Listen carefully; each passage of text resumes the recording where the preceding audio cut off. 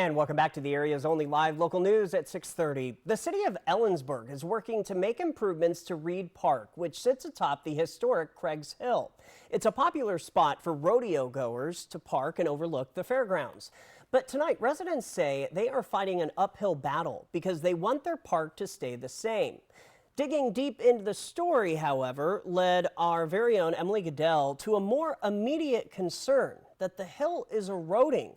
Rocks are falling onto the road behind the fairgrounds, and government officials can't agree on who's responsible for making sure it's safe. Here's Emily with the story, new at 6:30.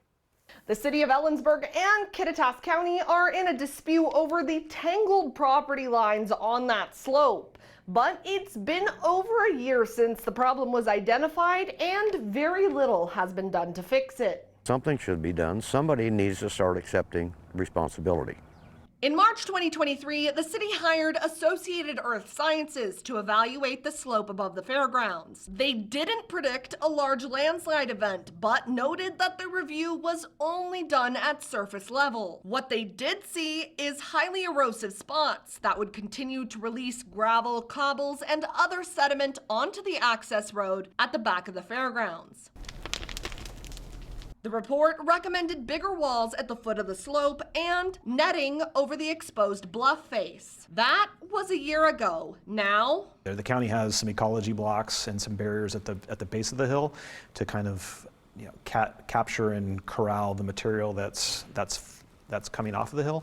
But in terms of doing anything physical to the hillside, nothing has been done yet. And it won't be until the city and the county come to an agreement about who owns the hillside and who's responsible for making sure it's safe. I reached out to the Kittitas County Board of Commissioners, and they say they have a meeting scheduled tomorrow with city representatives to talk about next steps. But concerns about the safety at Craig's Hill are also tangled up in a project at the water tower and a contentious citywide debate over the proposed Reed Park master plan, which sparked the Save Craig's Hill movement. Construction is already underway on the Craig's Hill Pressure Zone Pump House project. So the goal of the project is to provide better water pressure to the neighborhood, and also it will help provide the increased capacity, which helps with fire flows. Residents say they're concerned about the cracks in the pavement by the water tower, but the city says they do regular maintenance checks, and a geotechnical report last summer found no concerns. The project would not have proceeded if it wasn't safe. The Reed Park master plan, a separate issue that started in 2020 when neighbors concerned about drivers speeding through Reed Park and young people causing other problems came to the city for help. We tried to kind of address those behaviors through enforcement efforts, increased presence by the police department and some other things, and it worked for a while. Until it didn't. Then the city started working on ways to physically make the park safer for pedestrians. But their bigger proposed changes, like adding more green space, came at a cost, eliminating much of the parking for the American Legion. We took that to council back in March of 2023, and we had a very vocal group come out and oppose it. And after a year of adjustments, the city says the American Legion won't lose their parking. And they've pared the plan down to the bare minimum, adding retaining walls, a paved pathway along the cliffside, a restroom, and viewing areas. So we're not talking huge radical changes. We're talking about going in and adding curbing, some benches for people to view the overlook from. In the grand scheme of things, not a major overhaul at all. They think what they're doing is good. We don't happen to share that view. Some are okay with the retaining walls.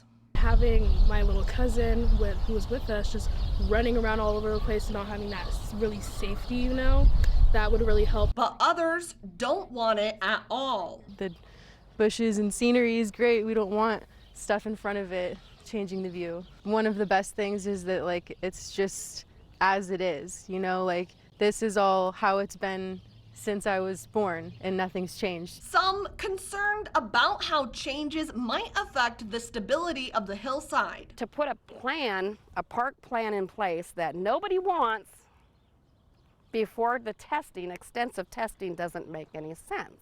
But parks officials say it doesn't make sense to spend money on extensive testing for a project if they can't get community buy-in or funding for it ahead of time. To do it now would be would be premature.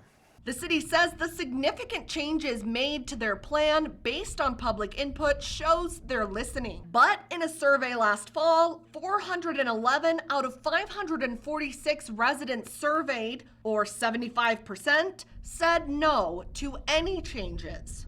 But still they're moving forward. So that's the ongoing thing right now, and they need to stop. Parks and Recreation staff members will be presenting those final changes to the City Council at Monday night's meeting, where they'll be taking a vote on whether to move forward with the plan or go back to the drawing board. Reporting from the Yakima Newsroom, Emily Goodell, Apple Valley News Now.